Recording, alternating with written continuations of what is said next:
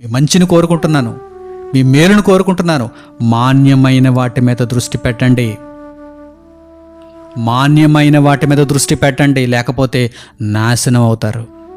పందుల వలె, కుక్కల వలె పెంట వైపు పరుగులు తీయకండి. పెంట కొరకు ఆలోచించకండి. పెంట నిమిత్తము ఏ చిన్న బేజము మీ ఆలోచనలో ఉన్నా కానీ పెరికి పారేయండి. మీ మనస్సంతా, మీ ఆలోచనలన్నీ నిత్యత్వపు భావాలతో నిండిపోవాలి.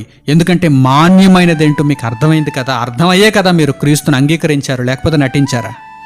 బాప్తిస్మం తీసుకునేటప్పుడు నటించారా? నీటిలో మునుగుతూ నటించారా? అప్పుడు చెప్పలేదా? బోధకులు మీతో చెప్పలేదా? నిత్య జీవార్థమై మీ బ్రతుకును సమర్పించుకుంటున్నారు గనుక ఇదిగో పాత జీవితమును విడిచిపెట్టి ఈ నీటిలో ముంచబడి మీరు తిరిగి లేపబడుతూ బాప్తిస్మము నొంది నూతన జీవము కలిగిన వారై క్రీస్తులో బ్రతికారు అని ఆ రోజు బోధకులు మీకు చెప్పలేదా? మరి అవును అన్నారు, ఒప్పుకున్నారు, మంచి ఒప్పుకోలు కలిగి ఉన్నారు. ఎందుకు ఈరోజు ఈ తప్పుడు బ్రతుకులలో మీరు మగ్గిపోతున్నారు? అప్పుడు నటించారా? ఇప్పుడు నటిస్తున్నారా?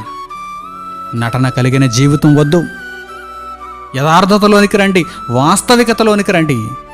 మాన్యమైన వాటి మీద ఇక మీదట, ఇప్పటి వరకు ఈ వివరణ మాకు తెలియక పైన బైబిల్ చదివామండి, మాకు అర్థం కాలేదు, ఇప్పుడు మాకు అర్థమైంది పూర్తిగా, లేదంటే ఇక మీదట మాత్రం మేము చక్కగా మాన్యమైన వాటి మీద దృష్టి పెట్టుకుంటామండి అని మంచి నిర్ణయం తీసుకుంటే దేవుని సన్నిధి మీకు తోడుగా ఉంటుంది.